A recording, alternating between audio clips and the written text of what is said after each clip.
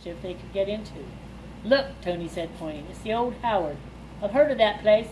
They moved to the front of this rundown theater to get a better look. The marquee read, "Vaudeville, burlesque, girls, dancing, comedy, showtimes 7 and 9 p.m., all seats $2, featuring the voluptuous Tempest Storm." "Let's go in. The next show's about to start," Tony said.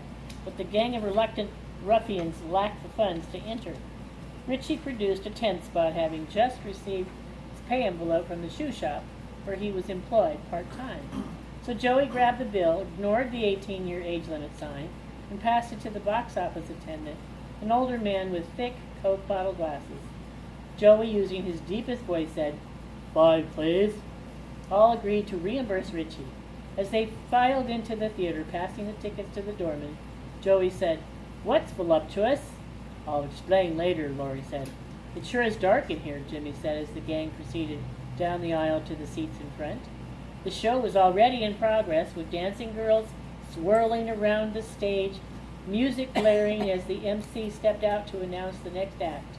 The girls in scanty costumes, excited, and the curtain closing behind it. "Good evening, ladies and gentlemen," he began. "The Old Howard Theater proudly presents Red Burnson and Hillary Greenberg in What's a Wife Got to Do to Keep Her Husband Sober?"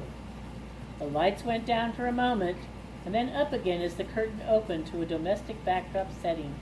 The middle-aged Red Burnson entered wearing disheveled attire.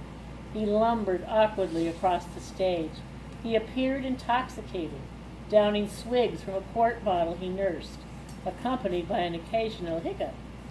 "Aha, the old battle axe is asleep," he swore.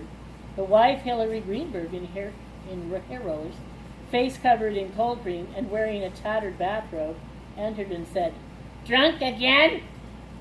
"You mean still," he said, to some mild chuckles from the crowd. "Now you're gonna get it," she said. "I hope so. We're married, ain't we?" he said, getting more laughter. She left and returned carrying a long bullwhip. "Think you're smart," she said, and let the talons fly with a crack as the leather tips wrapped around him below the waist. He yelped and grabbed his privates to the roaring laughter of the crowd. This went on for several minutes, her chasing him around, swinging the whip with dead-on accuracy, a la Lash LaRue, the Western B-movie star of the 50s, known for his prowess with the bullwhip.